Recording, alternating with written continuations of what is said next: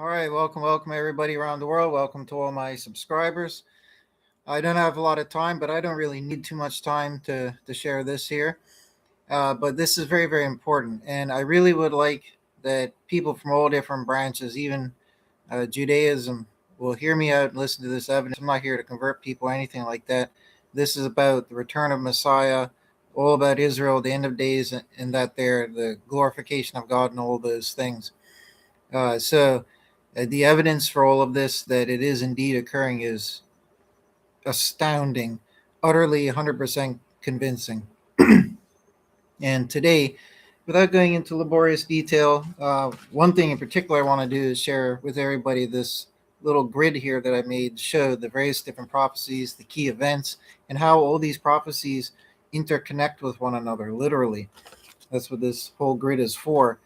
And anyways, I'm about to get into it, right? But this is incredible evidence. As I said so many times before, there's about 2 dozen or so prophecies in the Bible from various different books that map out a chronological timeline, even supplying numbers for the duration of periods of time between key events. This chronological timeline is mapped out, and it's about 2,600 years long. So, from different prophets, different books of the Bible, we see this timeline mapped out, and it's absolutely incredible because the 2 dozen or so prophecies that were said and foretold to occur over that 2,600 year period, every single one of them has been historically fulfilled. And the ones that have, where they should have happened on certain years, the events happened on those certain years. So astounding evidence, and it all points to, like I said before, we're at the last domino. The very last prophecy has already started being fulfilled, and we're literally just waiting for that final domino to fall over, hit the table, and that will be the arrival of the judgment day, the arrival of Messiah, the forces of God, and all those other things, right? So the evidence for this is astounding, and I just really want to stress to people, like the title of the video says, I want to relay the intricacy and visually show everybody the way all of these different prophecies interconnect. Now, as I said before in my one or two other videos about this, I've even quizzed the AI and asked it to calculate mathematically the probability odds of these prophecies, and I only use certain ones, right? And this will further stress my point. To calculate the odds of a particular prophecy pertaining to when the end days would happen. And what are the odds? I asked it to calculate. Like, tell me the odds, show me the numbers, and it shows you the calculations, right?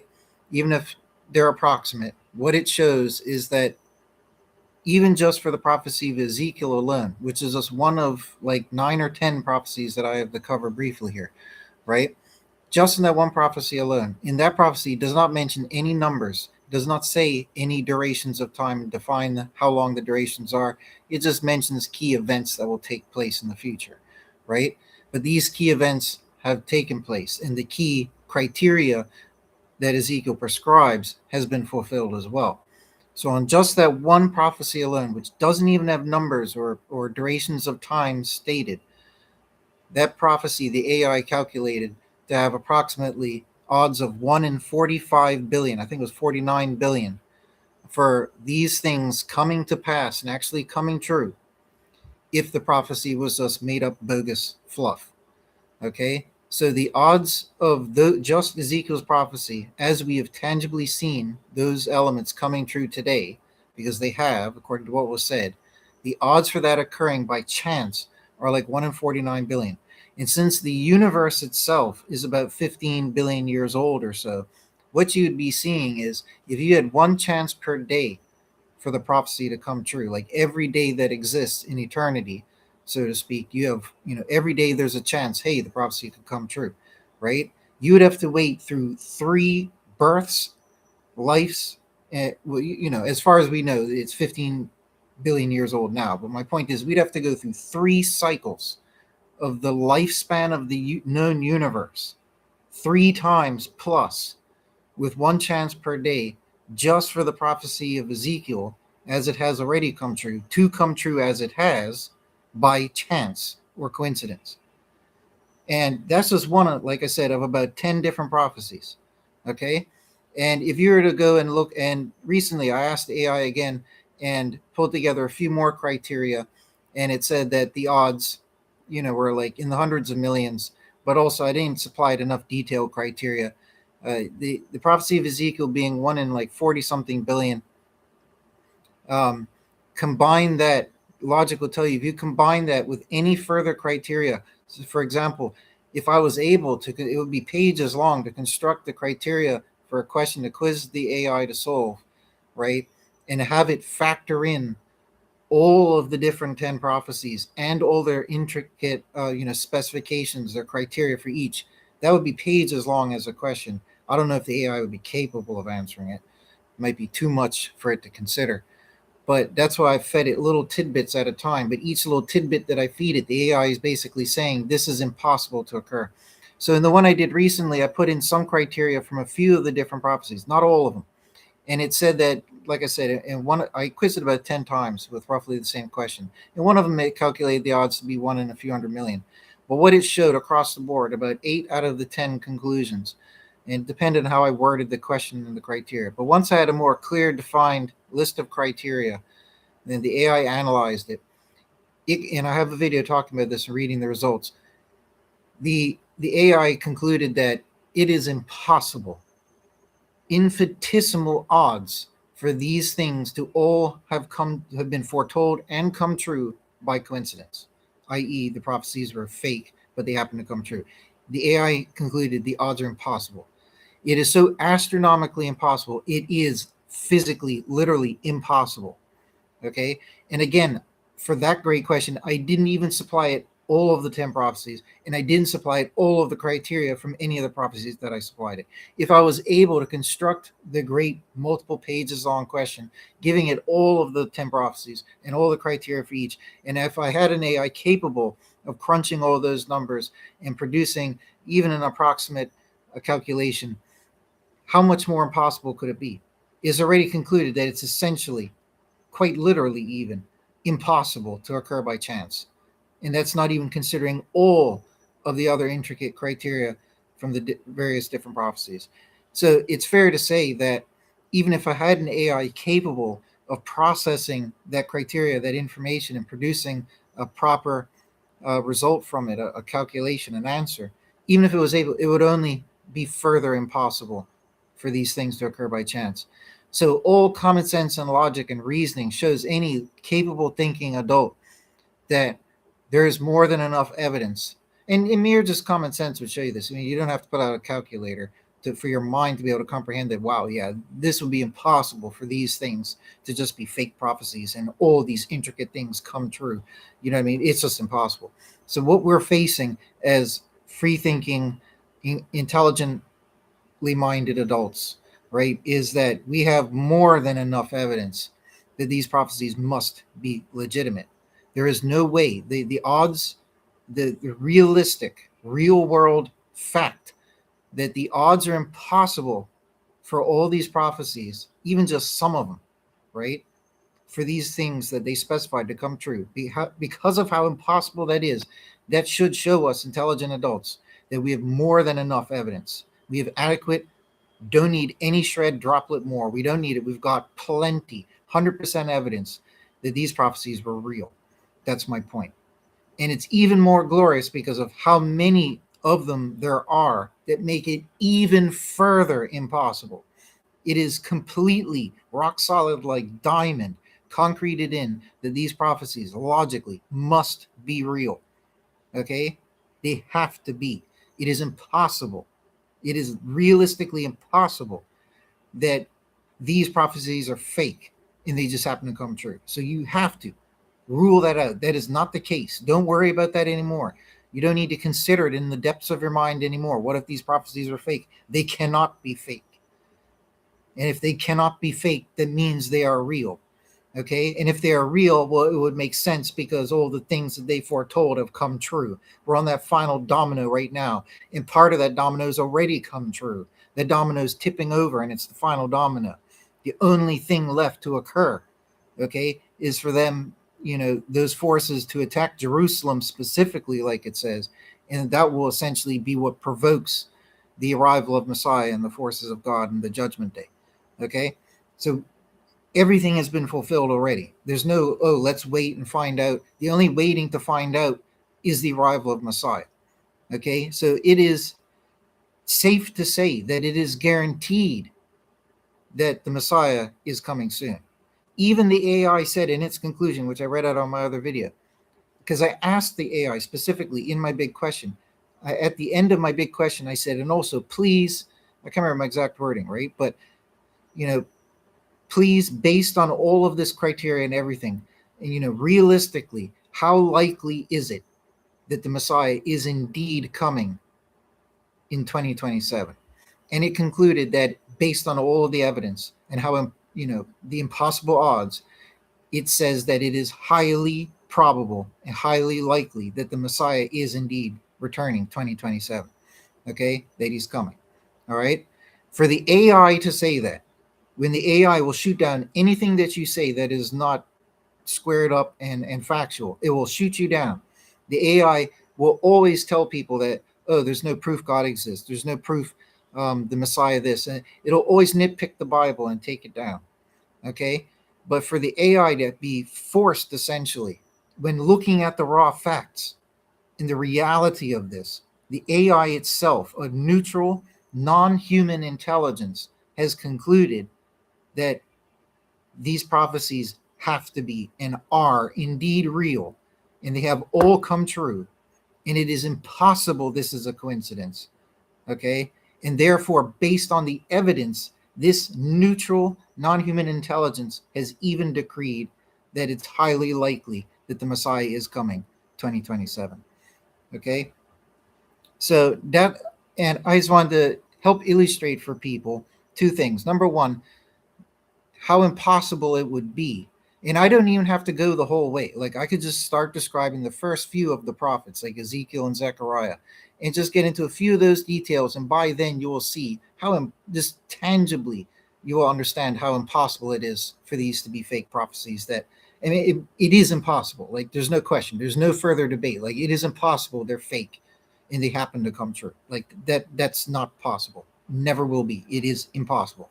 Right. So, like I said, rule that out of your head. You don't need to think about that again. It's impossible.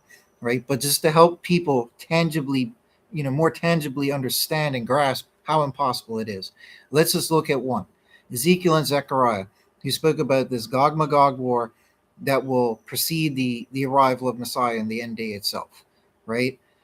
Now, the criteria for Ezekiel and Zechariah's prophecy, even though their prophecies don't mention numbers, duration, the length of time in numbers for a duration of time, a span of time, it doesn't mention that like a number of the other prophecies that I covered do.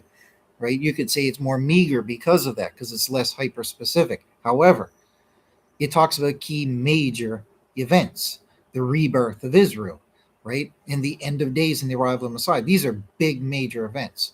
It also talks about and names 5 different nations that would exist. Some of these 5 that are named are regions and not just nations. Now, just looking at Ezekiel and Zechariah and their claim about the end days, which is, you have the big Gog Magog war that will attack the reborn Israel. What you can gather from that is as follows. This shows how impossible it would be to come true. Let's just pretend that Zechariah and Ezekiel, they weren't the guys who wrote the book, or they weren't real. Let's just imagine that negative scenario, right? The worst case scenario, that it's fake, right? Let's just pretend it was fake. So you have a fake guy or 2 fake guys writing this fake stuff whenever they wrote it, hundreds of years BC. Because all the books, one thing I wanted to say is that every single one of these prophecies, by the way, this is the other important thing, every single one of these prophecies and every single one of their biblical authors, even if it's from the New Testament, every single one of the prophecies that I'm talking about, of these 10, were written by whoever wrote them. And it doesn't matter who wrote them, because all of these texts are their dating of the physical copies that we have is verified with the Dead Sea Scrolls. All of the Old Testament books, the Tanakh books, are dated to at least 100 to 300 something BC. They weren't later than that, right? And the New Testament, we know when they were written, right? Between about 50 AD to around 200 AD, right? So we know these things. And of all the prophecies, let's say the 2 dozen prophecies that are talked about, right? That like I said, have all come true historically since then. Those I forgot the tangent that I was going on there. So let me sidestep. Oh, that's what it was. Thank you. All of those people, whoever, and regardless of who actually physically wrote it, we know from the physical dating of these texts, like the known verified physical dating of these texts, whether Tanakh or New Testament, that all of these prophecies that I'm speaking about were written by the people that wrote them hundreds of years up to 2000 plus even years in advance of the events they were speaking about. Okay, every single one. It's not like you could find one of the 10 or a few of the 10 that were written after the fact and they could have been faked in that perspective. No, every single one of these 10 prophecies in question, arguably even of the other 25, all of them were written by people, and it doesn't matter who wrote them, but they were all written by people hundreds, verifiably hundreds of years, up to thousands of years before the events that they spoke about. But all of these events that they spoke about came true historically.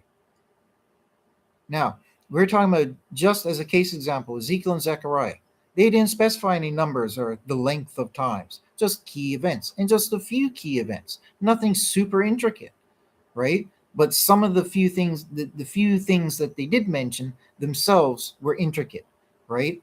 A lot of intricate detail about that Gog Magog war. A lot of intricate detail even about what will happen when Messiah and God arrive, right? And the forces of God arrive, right? But very few uh, things or items, you could say, within that Zechariah Ezekiel prophecy. But one of them is that Israel will be reborn. It has to be reborn. So for that, if it was a fake prophecy, if it was just fake nonsense written way back then, okay, the person back then, yeah, they could have easily just thought, well, I'm an Israelite. I want Israel to be reborn in the future, right? And they could just make a prediction. Like a Roman person could say, oh, I predict in the future Rome will be reborn. And maybe Rome will get reborn. Maybe Israel will be reborn. The odds aren't that high, right? But it's not impossible, right? But that's just one thing.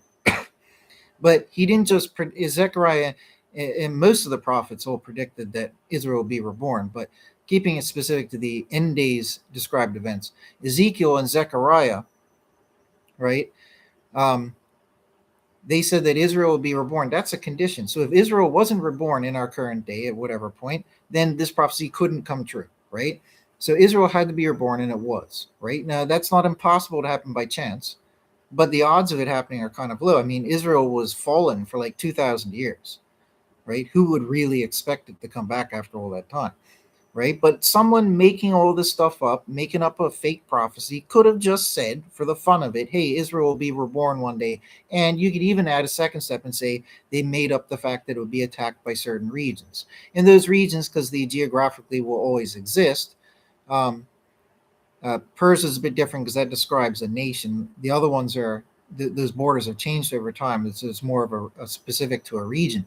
But nonetheless, when you start factoring in the 5 other nations that Ezekiel names that comprise the Gog Magog, alliance of these nations that will surround Israel, and they do geographically surround Israel. They did back then and they do now, right? But when you throw that second point into the equation, the 5 nations, they would have to all each exist at the end of days. Now, yes, some of them are regions that he mentions and not specifically nations. And because of this, that's more ambiguous, right? Those regions will geographically always exist. But he names some of the nations, such as Persia, which is Iran. Okay. Now, if you go and you factor that in, that's saying that Persia, the nation, would have to exist. Now, borders change, right? What was Persia back then could totally change now. It may no longer exist, right? But Ezekiel said that Persia would exist in this end time period. So what we see is that after 2,000 years of exile, it wouldn't just be the odds of, hey, would by chance Israel be reborn? And let me mention this before I forget. How did Israel get reborn? Oh, that's right, the Second World War. If what happened in the Second World War didn't happen, like the what they tried to do against the Jewish people, okay? If that didn't happen, and the dread and atrocities that were the Second World War, if that didn't happen, Israel as a nation may not have been reborn. It may technically have the potential to be reborn by some other method or means at another time. But hey, in 2,000 years, the track record was that it was fallen for 2,000 years and it wasn't reborn. And hey, the one thing that did end up getting it reborn was a huge, terrible global tragedy of the highest in one of the worst, arguably, that the world has ever seen. That's a pretty significant thing to require in order to get that first little baby step criteria of the prophecy, which is Israel being reborn, right? So yeah, it's free and easy for someone to make up and just make up a bogus prophecy, 2,000 years ago and say, yeah, Israel will be reborn one day. But for it to actually occur, the odds of that are a little unlikely, but it's not impossible. That's my point. And this is just one point of one of the more meager of the 10 prophecies. And the other prophecies are very intricate with numbers and specific dates and years and everything, hyper specific events, right? So I'm picking one of the most vague and obscure, you could say, one of the weakest, and showing tangibly how impossible it would be for it to occur, right, by chance. So let's just say that the faker, guessed right that Israel would be. He has no way of knowing. But if he's a faker, he would have just faked and guessed, oh, Israel will be reborn with a fake foretelling and prophecy. But then he also added extra criteria, which makes it harder for it to actually come true, right? So, such as the 5 nations, and that they would surround Israel. Now, this could be geographically or army wise during battle. Both are true in our today's reality. So the 5 nations do exist today. The regions do, and Persia does, and whatever other nation, right? They all exist. They geographically surround Israel. That much is true. And more importantly, they are in an alliance and also individually, both at the same time, going after Israel. Okay, so that becomes a quite more specific, and the odds for that to occur, even the AI calculated, are about 1 in 40 something billion. For that to occur, for all those nations to still exist, and for them to, have an agenda of their own against Israel, and for them also, as another condition, to form an alliance to go against Israel and to then attack it, these things are all more specific. And they make the odds of all of this happening by chance more impossible, right? So, just what Ezekiel and Zechariah say alone, the most meager, you could say, of the 10 prophecies, you can appreciate how pretty much impossible it is. The odds are in the billions, right? That it would come true by chance. But like I said, that's just one of the 10 prophecies. If you start to factor in the other of the 10 prophecies, and their very numerous and intricate time periods and details, it is blatantly impossible for people thousands of years ago to just make some baloney up, some predictions, and for them to come true.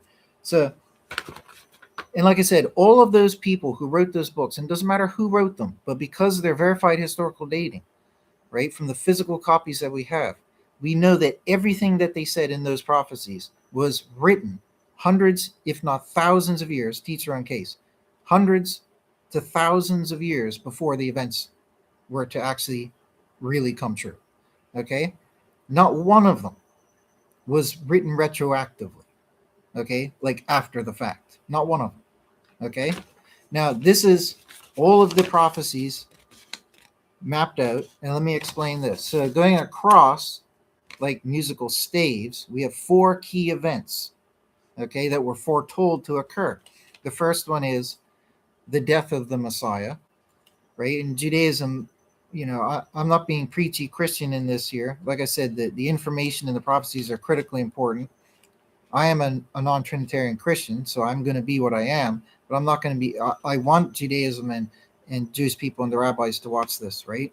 Because we can all hold hands together on what's important. That the prophecies are real, the Bible is real, it's coming true, and the Messiah is returning, just like the prophet said, and all that, and all of that. There, right? We can unite on that. But anyways. And it's great to see that numerous other rabbis and branches in Judaism at this moment are proclaiming similar to, like I'm saying, that, hey, look, the prophecies seem to be coming true. Ezekiel, Zechariah, and the like, and certain others. And it indicates the Messiah should be coming soon.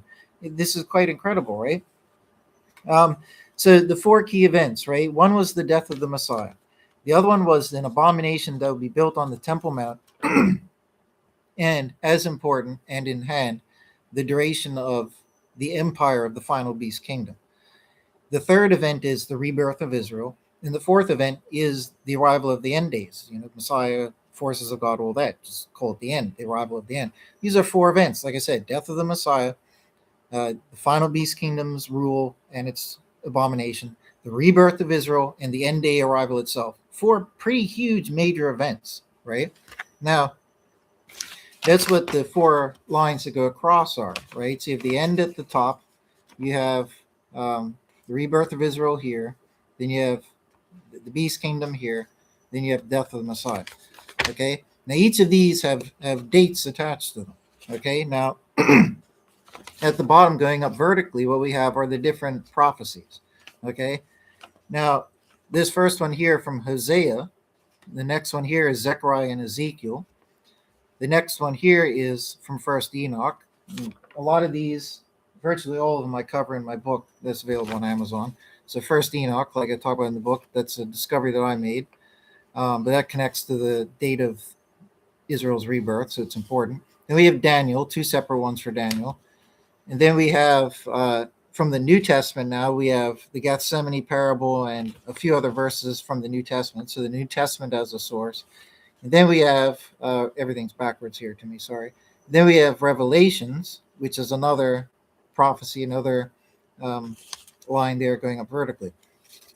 Okay, so like I said, the lines going across represent the four key events that were foretold. And because they all reference similar events, right, there's all this interconnectedness. But the mathematics, everything here connects, right? It's all interconnected. And that's important when you're trying to appreciate that something like this cannot come true by chance or coincidence, right? This is to help you visually understand why it's impossible. It's not like we just have, for example, this one over here with Hosea. Just one little prophecy by itself. Oh, after 2,000 years, we'll be healed. After 2 days, 2,000 years. That by itself is not nothing, but it's nothing. You know what I mean? That doesn't prove anything, right? But when you have, that's just one. But when you have all these other ones, right? And when you map out their numbers and what they talk about, you can see how they all talk about and line up and connect. Sorry, I'm losing my voice.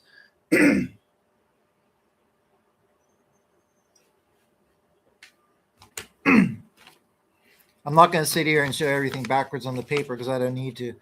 But for example, this first one here, Hosea, right? After 2 days will be healed, 2,000 years. So that's from 27 AD, death of the Messiah, up to 2027 AD. So this top line here going across is 2027 AD. It's the end days, event stave, right? Now, that alone doesn't connect to any other points midway or anything else, right? It just has a connection at the starting date and the ending date, okay?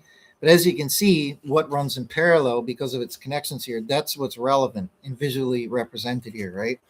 So the next one going across is Ezekiel and Zechariah, right? Now, they don't specify any numbers, right? So I didn't write down, like with Hosea and for all the others, if they talk about a length of time, I write down the length of time.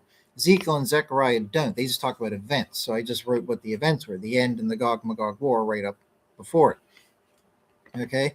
But they also reference the event of the rebirth of Israel.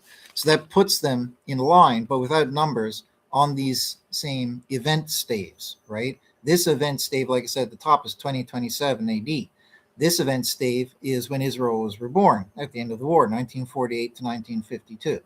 Okay? Then this event stave here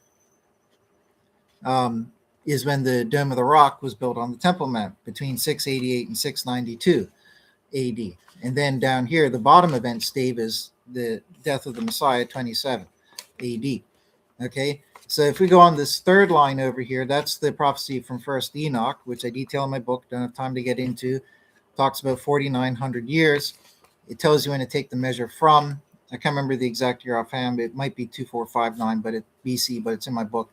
But that 4,900 years ends when Israel was reborn.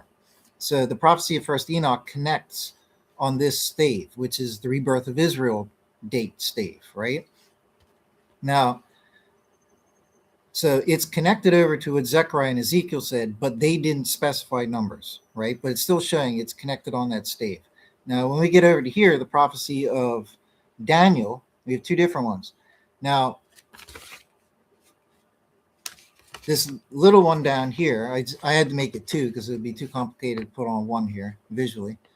This one here is the prediction, the timing, and it's relevant to the overall chronological span of the 2,600 or so years, right? So that's why I wanted to put it on here. So it's a prophecy. It talks about a duration of time. It gives the numbers. It gives you the calculation. Tells you the events that would transpire. The events transpire, verified historically, and so forth, right? So from 457 BC, from Artaxerxes' decree to rebuild Jerusalem, both street and wall, from that decree to when Messiah would be cut off, i.e., when Messiah died. He died in 27 AD, right? That's the 483 years, right? So that has its place on the chronological overall line, the timeline as well, right? Um, so next, but that's minor. I want to put it on there because I mean, why not, right? That's not critical to anything here talking about the end days. But it helps show that all of that time, because that accounts back to 457 BC. So from 457 BC all the way up to 2027 AD, that right there, about 2,500 years, is all accounted for in that chronological timeline, with all these internet connected prophecies from different authors over different time periods, right? Um, so, anyways, going on the next one. So this is the important one, Daniel. So with Daniel's prophecy here, the first one that's interesting, I covered in my book, but the correct date here is 598 BC, and this is when Babylon, Nebuchadnezzar, I believe, came in, took the artifacts, the implements out of the temple, and he profaned the sanctuary. And 1290 years later lands you precisely on the stave, which is when the Dome of the Rock was built on the Temple Mount, which marked the starting year for the empire of the final beast kingdom, which was Islam. So that goes from the time of the Dome of the Rock to when Israel was reborn, which is the 1260 years that was foretold to 3.5 times, right? But if you take it from when the temple was profaned before the fall of Israel, right? But when the temple was profaned, and I think it was the second visit from Babylon, and they took the implements out and all of that. From when that occurred, 1,290 years later, you come to when the Dome of the Rock was built. So on this prophecy from this different author, Daniel, we see this vertical line going up the 1,290 years, and it connects to that stave, which is the stave for the final beast kingdom, right? Now, Daniel's prophecy continues because he's supplying the numbers and the calculations for all this. This is one of the most specific and intricate prophecies that are there. So it detailed events for all of these focal loci points, right? These are all events, right? And it specifies the numbers. It's a very intricate bunch of prophecies from Daniel. So 1,290 years later, from that one event to the next event, all that's come true. And then from when the Dome of the Rock was built, like I said, Islam did rule as an empire until the rebirth of Israel. And it's still lingering until the end of the toes, until the very end itself, like Daniel said would occur. Right? But that empire, when it ruled Israel, and Israel didn't exist, it was fallen, that period was 3.5 times. So that was fulfilled. It started with the Dome of the Rock, and it was fulfilled. It ended 1948 to 1952 when Israel was reborn. And then got its judges, its rulers, and all of this and that there, and became an official nation again, right? So that was the 1,260 years spoken about, right? So on Daniel's prophecy,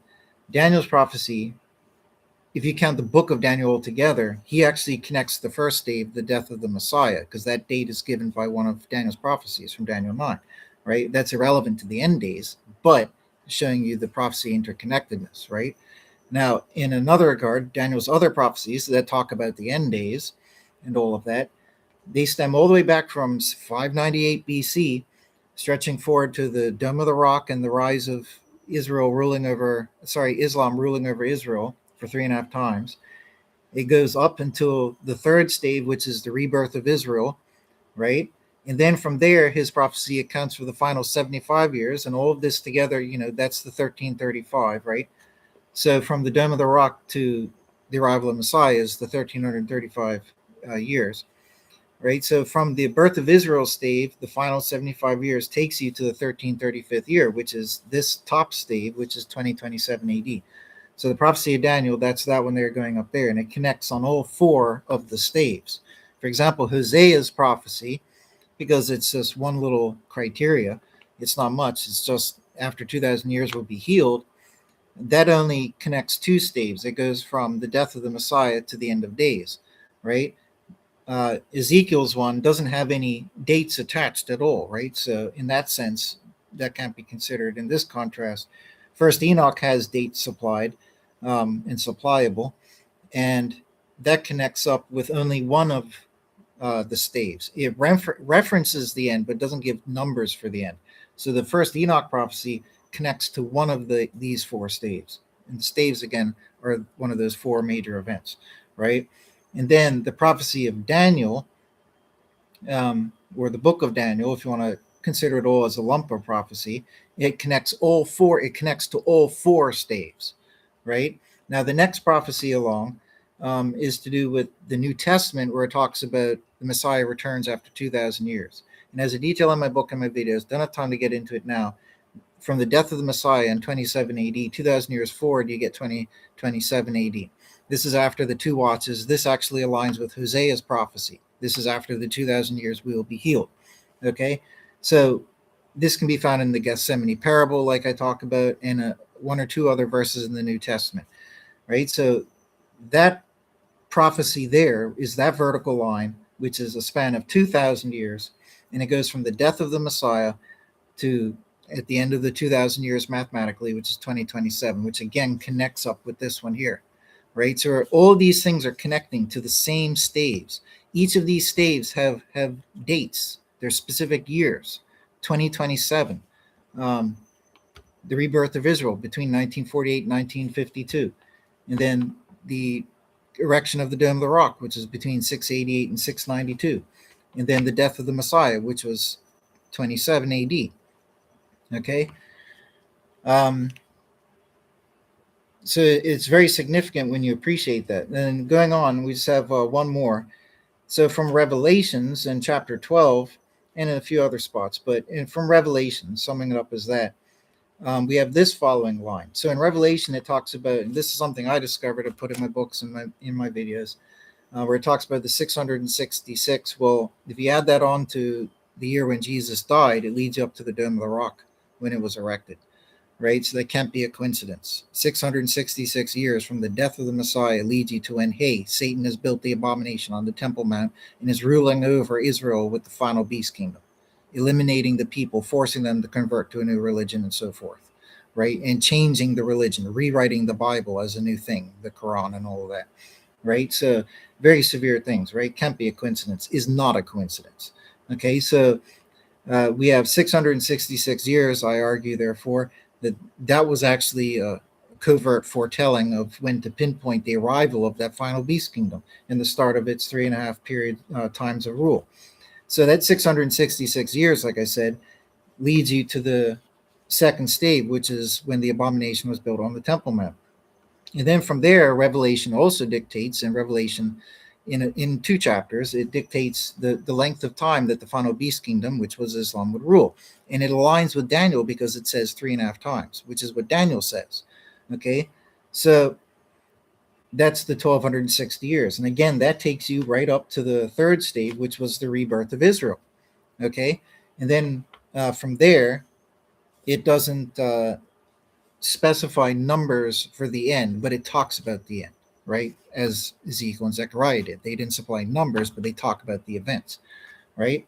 So each one of these prophecies, I just read through each one of them, right? This is their connections visually mapped out, right? These are the specific years, okay, with events that took place on specific years, 2027 AD, 1948 if you want to simplify it, 688 if you want to simplify it, or should be 1952, you could say 692, and then basically that's the final 3.5 years, which we are warned about. That's that slippage there. It's not slippage, but for lack of a better term. But it's just incredible that they all connect like this, right? And what's incredible is that these things have come true. But the connections, the amount of connections here is what's incredible. This is what makes it impossible, okay, for these things to be bogus prophecies. And they connect even mathematically, because a lot of these, most of these are based on numbers, specified numbers, which the events were fulfilled historically later, hundreds, if not thousands of years later in time. When you see visually the level of connectedness here, you can appreciate how impossible it is that these are fake prophecies. And if they aren't fake prophecies, it means they're real. And if they're real, and if every single one of these things, like I said, 24 things that were foretold to occur, these are 10, mega prophecies. But altogether, like I said, the Bible does foretell 24 things along this 2,600-year chronological timeline, and all of those have been fulfilled, all of them. And of the 24, 10 are really important and significant, right? The 10 core ones, and all of these, all of them, all of the 10, all the 24 have been fulfilled. And the very last thing to happen is the arrival of Messiah, because they've already started the Gog Magog armies. The beast empire has already ruled its 3.5 times. Israel's already been reborn, and the Gog Magog armies have existed. And now they've in the end of 2023, they mounted the start of their attack on Israel. It's the final 3.5 years playing out. Everything that was said in all of those prophecies has already been fulfilled. So for anybody to think that we don't have a good enough reason to believe that the final thing is going to happen, which is the arrival of Messiah, if you don't yet comprehend that that's ludicrous to think that you don't have enough proof that the Messiah is coming, then I feel sorry for you, and I genuinely do, because you cannot get greater evidence, a greater degree and magnitude of evidence than with this here. And again, even better because it's verified by the AI, which can think far faster and better than the average person could. You'd have to be a genius like Einstein to have that level of speed and knowledge pool and mathematical skill and everything, right? So we have all the evidence we would ever need and dream of that these were real prophecies, okay? And we're not talking about one-off like one prophecy that happened to come. No, a lot of different prophets, a lot of different authors writing a lot of different prophecies at a lot of different times over a long period, stretch and span of time, hundreds, if not 1,000 years or so. Different people writing different prophecies, but yet they all connect, like I just said. It is impossible. It's fake. It is real. And the Messiah is coming. And just like the AI even had to conclude that it is likely, highly probable that the Messiah will indeed be coming 2027, because the evidence for it is too astounding, too convincing, and impossible for it to be fake, to be a coincidence. It's I want to say guaranteed. It's got to happen. How much more evidence do we need? We had, like I said, 10 core prophecies, but altogether 24 things that were foretold that have all occurred with hyper specific, even the very year based on the numbers and the maths, all coming true in the correct time, in the correct year. There's no way that cannot convince us that we should expect, therefore it should be guaranteed that the Messiah will come, right? If you went to a mechanic shop, I'm just trying to think of a random analogy here, right? If you had 10 things that had to be done, you take your car in for a service, I'm just making up as I go, and 10 things on their list of what the mechanic is going to do with your car, and he goes through each one of the 10 like they've all been done. Is it fair for you to assume that when you go to pick up your car and turn the key that it's going to start and you could drive away? Well, yeah, sure, it worked. You drove it there. You just took it in for a servicing. You know the things they're going to service. They said what they were going to do, when they were going to do them. They were all done. And will your car start? I mean, hell yeah, it's going to start. Of course it's going to start. By that same, maybe pitiful analogy, if all these prophecies and things have come true, then we should know that final one is going to come true, because all the others have. The key is going to turn. It is going to turn. And when the key turns and clicks and the car starts up, that's the arrival of Messiah in the end days. It's got to happen. It's guaranteed.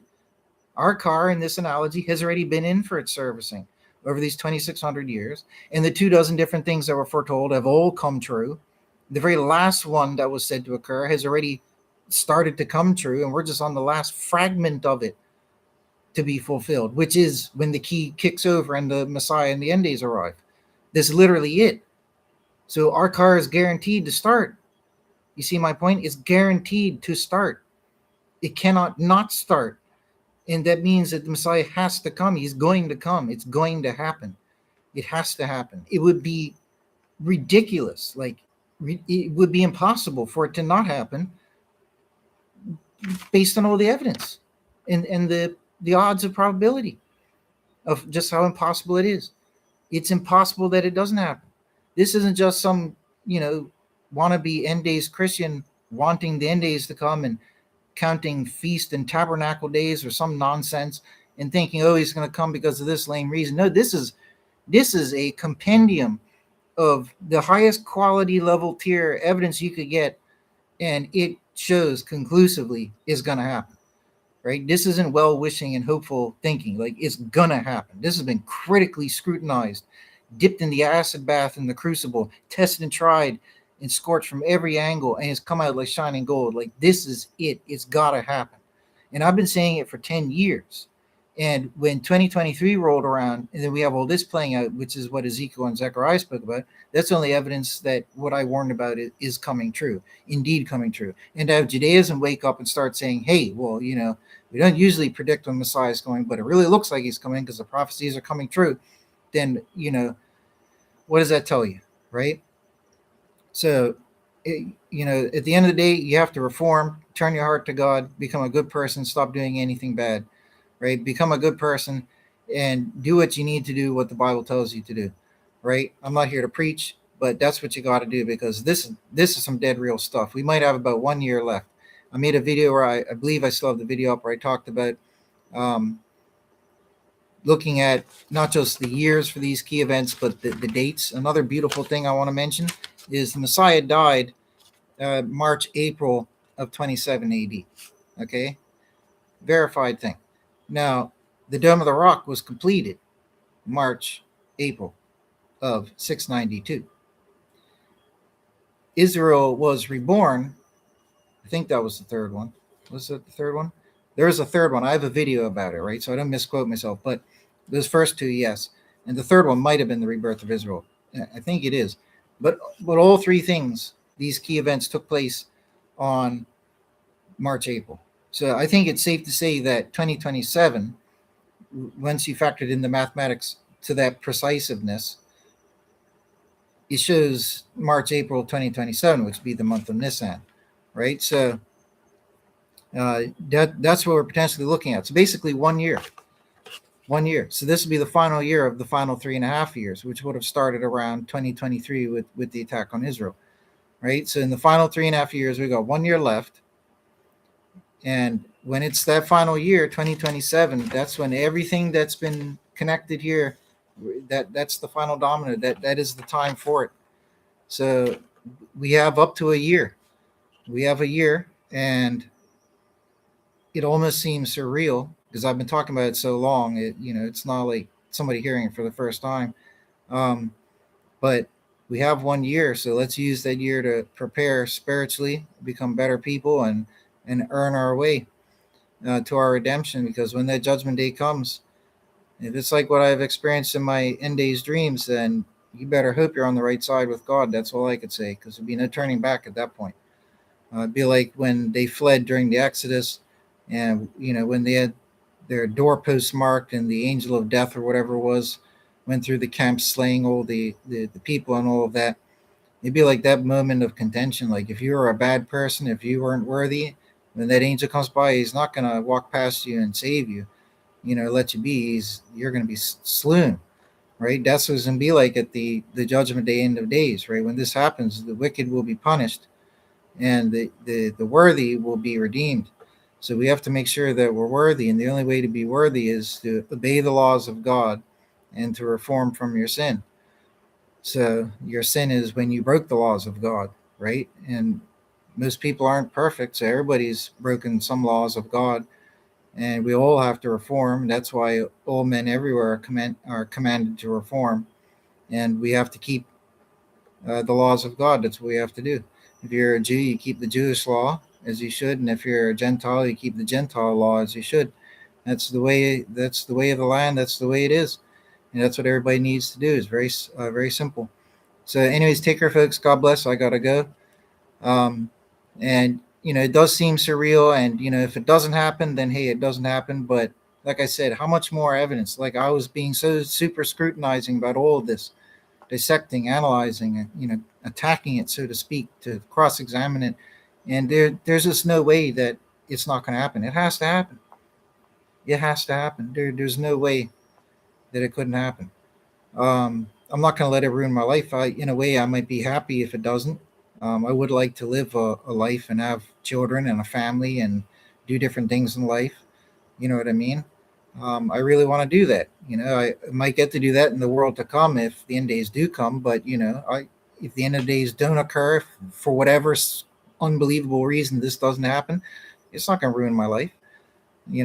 I'll be happy. I'll get used to it, and I'm preparing for that now. I'm being reserved and wise just in case. But as surreal as it seems, on all, even based on all scrutiny, it really should occur. So all I can do is just be hopeful, right, and rest all my assurance and all the hard work I did to verify all these things, and just rest my confidence and assurance in that. And if for whatever reason it doesn't happen in 2027, oh well, I'll go about my life, and I'll still obey God, or that'll be my path, is to obey God, to reform, and still live a good life. Um, so, anyways, that's it, folks. Take care. God bless. I gotta go, and hopefully see you guys later. And thanks for coming by.